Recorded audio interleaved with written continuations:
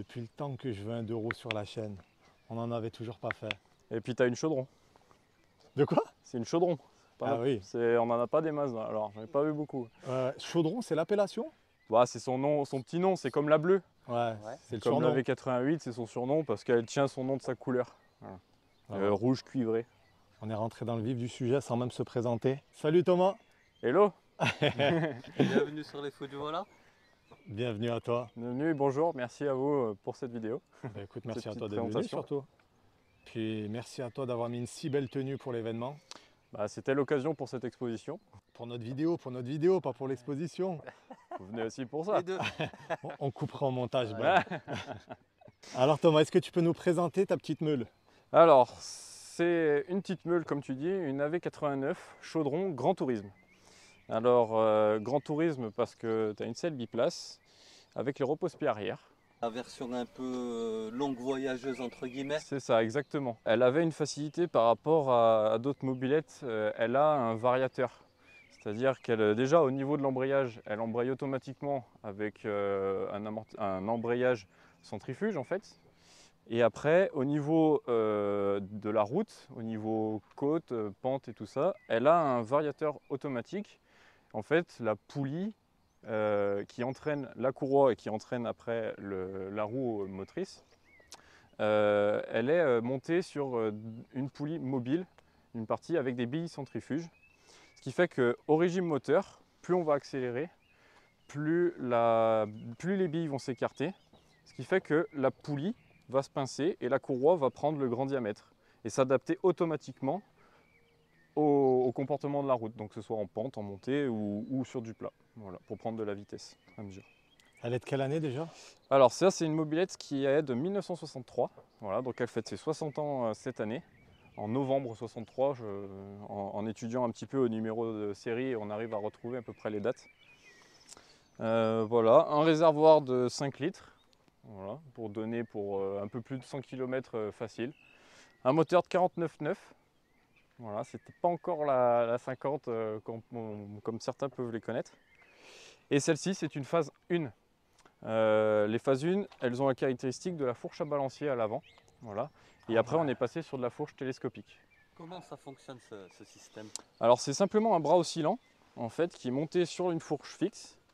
Vous avez le bras oscillant qui est ici et les caoutchoucs de suspension qui sont ici, maintenus sur le bras oscillant à l'intérieur ici et à l'intérieur de la fourche en haut.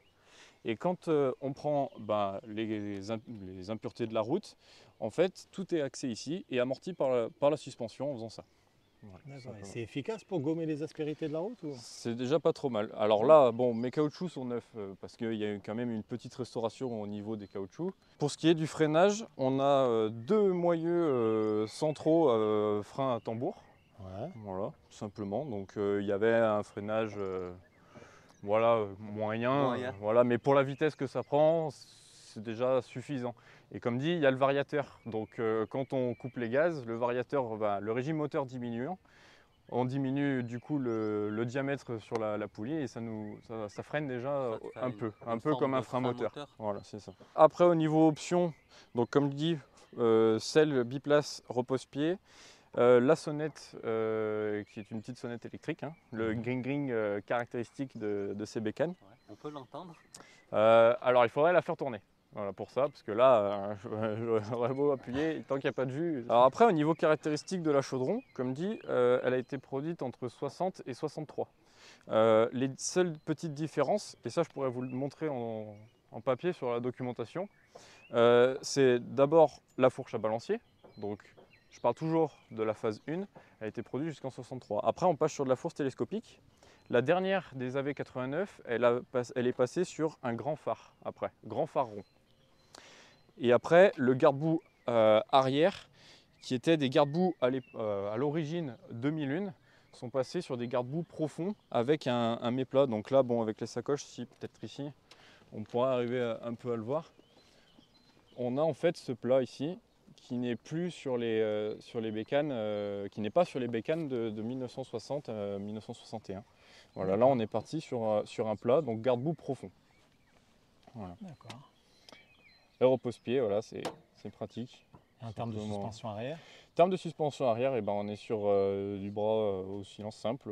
Et après, on a toute la partie aussi outillage. Alors la V89 et les dernières, les AV88 ont la boîte à outils intégrée. Alors moi, en l'occurrence, j'ai gardé tous les petits outils d'époque que mon grand-père avait, parce que oui, c'est celle Ça, de mon c'est beau. grand-père. Voilà, le démonte, la démonte bougie, les rustines que j'ai gardées authentiques, d'époque. Magnifique. La brosse et les démontes pneus voilà, pour tout bien faire. En cas de crevaison. Exactement. Là, c'est de la collection, hein. Jusqu'au bout. Autant en profiter, ça y était. Donc, Et on va c'est les d'origine, cette petite... Alors la petite trappe ici, ouais, est d'origine. Comme ça, Oui. sur celle-ci. Et le petit médaillon pour accueillir l'assurance aussi? Alors ça non, bah non, Ouais. malheureusement ça c'est moderne. Ouais, Parce c'est- qu'aujourd'hui on n'a plus trop le choix. Personnellement, moi j'ai pas acheté un support de vignette d'assurance moderne comme on peut le trouver sur internet. J'ai créé toute pièce en impression 3D mon support.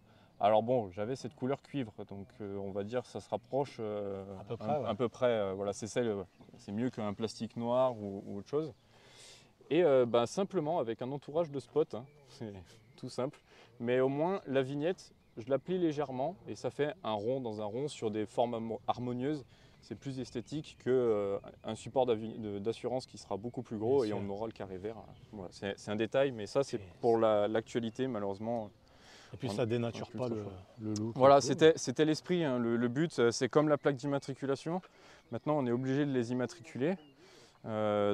Personnellement, moi, pour l'immatriculer, il y en a beaucoup qui se posent la question. Je suis passé par la FFVE, la Fédération Française Véhicules d'époque, pour authentifier la mobilette. Parce que moi-même, au début, je ne savais même pas que ces brels existaient. Donc j'ai fait pas mal de recherches sur Internet. J'ai demandé avec un dossier photo à l'appui, les papiers que mon grand-père avait à l'appui, à la FFVE de me fournir une attestation pour authentifier mon véhicule. Cette attestation, après, je m'en suis servi pour pouvoir immatriculer la mobilette légalement, comme aujourd'hui, pour n'importe quel véhicule, et d'obtenir ma carte grise et de pouvoir faire ma plaque d'immatriculation. A savoir qu'au niveau restauration, il y a vraiment eu un minimum de fait sur cette bécane. Je l'ai sortie de cave de chez mes grands-parents et ils l'avaient mis sous bâche aussi, donc elle est restée très saine. Elle est vraiment le maximum d'origine. Les seules pièces changées, c'est pneus chambre à air, parce que c'est pièces d'usure, les anneaux de suspension, les caoutchoucs, hein. Le bouchon de réservoir qui était cassé. Bon, ça se retrouve aujourd'hui, donc c'est bien. Tuyauterie d'essence du réservoir au carburateur et le robinet d'essence. Les clavettes de pédalier qui étaient malheureusement très oxydées et quand je les ai chassées pour démonter et regresser mon pédalier, malheureusement ça les a matés.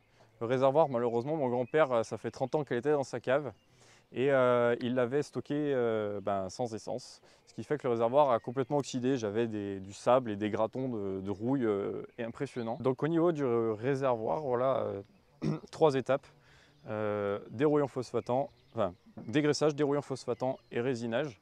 Et après on revient sur un réservoir qui peut repartir pour quelques années, donc franchement un bon rattrapage à ce niveau-là. Et après, je peux vous montrer, j'ai fait un petit dossier que j'aime beaucoup exposer, avec pareil toute la documentation d'époque que j'ai pu retrouver. On retrouve pas mal de choses sur internet, donc c'est pas mal sympa. Tout le catalogue par exemple des pièces détachées et tous leurs noms techniques. Voilà. Pareil après pour l'entretien, tout ce qui est, voilà, par exemple on voit ici le principe du variateur automatique avec les différents diamètres de courroie en fonction du régime moteur. Pareil pour l'entretien, démontage cylindre, centrage des bobines, réglage de l'allumage, tout y est, quoi. Et le petit dossier, évidemment, quand je la mets sur les expositions, j'aime bien faire les choses bien. La présentation de ma mobilette, quand je ne suis pas forcément à côté pour la présenter, avec les 2 seules photos d'époque de mon grand-père quand il avait 18 ans quand il l'a acheté. Voilà, donc c'est vraiment un héritage familial. Et puis toute sa restauration, toute la partie restauration, sortie de cave, elle était comme ça, pour en arriver à la fin, voilà, un résultat plutôt propre dans son jus. Et alors voilà, comme j'expliquais au début de la vidéo, la différence entre les AV89, hein, entre les années 60, 61, 63, avec le garde-boue profond, on voit bien la demi-lune ici et le garde-boue profond ici, et après on passe sur fourche télescopique, le grand phare, Et après, sur du pot aussi, sortie de moteur, le pot d'échappement en tromblon et non plus en tube comme moi je l'ai. D'accord. Voilà. Et après, on a d'autres marques. Voilà. Toute la fabrication dans les ateliers Pantin, de Motobécane.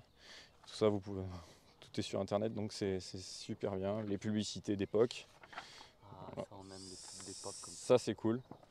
Donc moi, j'ai visé exclusivement les publicités qui sont liées à la mienne. Et puis les tarifs d'époque aussi. Du Alors, moins ça, tu des peux années prendre, 1962 ici. La mienne, quand elle est sortie, voilà, avec l'Aéroposteplie, comme on l'explique, elle était simple avant et ce modèle peut être livré avec selle biplace Aéroposteplie arrière moyennant supplément. Donc la version simple encore était à 849 francs, nouveaux francs. Voilà. c'est en nouveau franc. Hein. Nouveaux francs déjà. Et après on passe en 65 où elle est là déjà, voilà, elle est vendue avec la selle biplace directement, donc avec l'option d'origine.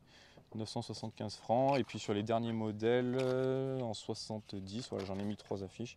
En 70, elle est ici à 1205 francs en 70. Alors, pour les plus jeunes, en gros, entre 150 € et 200 €, on pouvait l'avoir. C'est exactement ça. Puis la feuille des mines aussi, ça c'est pas mal. Ah. Le papier d'origine, voilà, expliquant les caractéristiques de la mobilette. Et c'est pas mal, c'est voilà, c'est ça. Nombre de vitesses infini grâce au variateur. C'est plutôt cool. Voilà, Eh ben, magnifique, un vrai passionné avec... c'est ça. Une jolie histoire. C'est ça qui est cool à présenter. Tout ce qu'on aime sur les fous du volant. Eh ben, merci Thomas. Mais merci à vous, Puis, tu diras merci à ton papa aussi de notre part. avec grand plaisir. Et puis à bientôt. À bientôt sur la chaîne. Ciao! Ciao.